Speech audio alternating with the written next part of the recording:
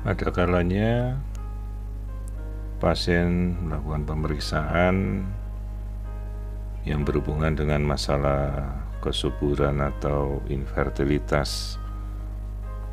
Beberapa kasus juga datang memeriksakan diri karena problem haid yang tidak teratur atau tidak kunjung untuk memiliki putra. Jadi dalam kasus seperti ini adalah kasus yang kita namakan ovarium polikistik atau sindroma ovarium polikistik apabila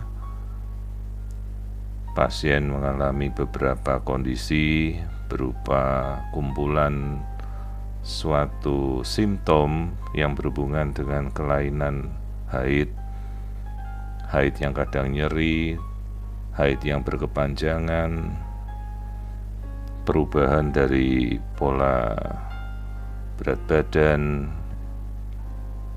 Nah, di sini kita melakukan pemeriksaan pertama untuk melihat kondisi rahim, di mana kita bisa lakukan pemeriksaan seperti halnya MRI atau CT scan yang memakai pemeriksaan imaging tomografik.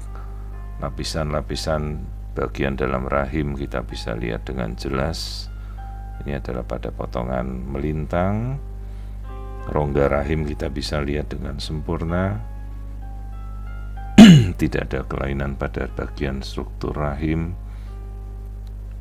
Kita bisa amati seolah kita bagi dua rahim tersebut, kita sweeping untuk melihat kiri dengan kanan apakah ada suatu miom atau struktur polip. Tidak ditemukan kelainan pada kondisi rahim ini.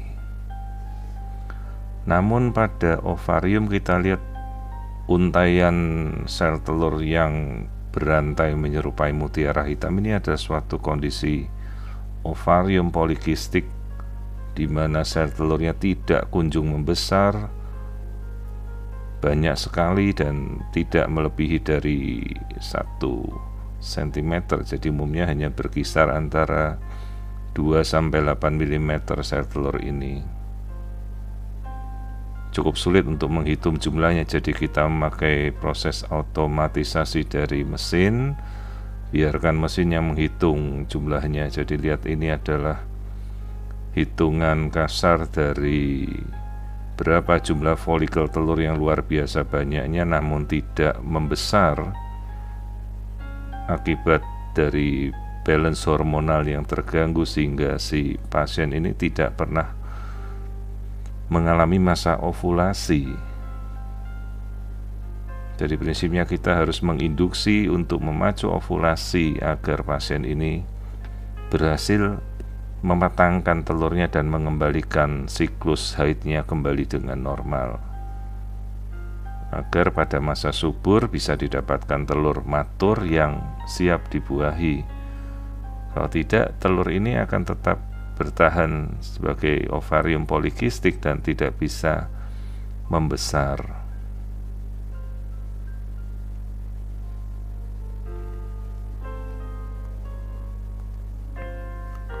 Kembali kita coba mengukur sisi ovarium kontralateral, sisi sebelahnya. Jadi biarkan mesin yang menghitung berapa jumlah ovulasi telur yang bisa kita pacu. Nah, ini adalah telur-telur yang telah dihitung secara otomatis oleh alat. Jumlahnya cukup banyak tapi tak satu pun yang membesar. Jadi penanganan harus komprehensif, mulai mengatur berat badan, pola hidup, pemberian penyubur, agar kita bisa membantu untuk menginduksi sel telur ini supaya membesar dan pasien kita harapkan bisa kembali kesuburannya untuk mendapatkan keturunan.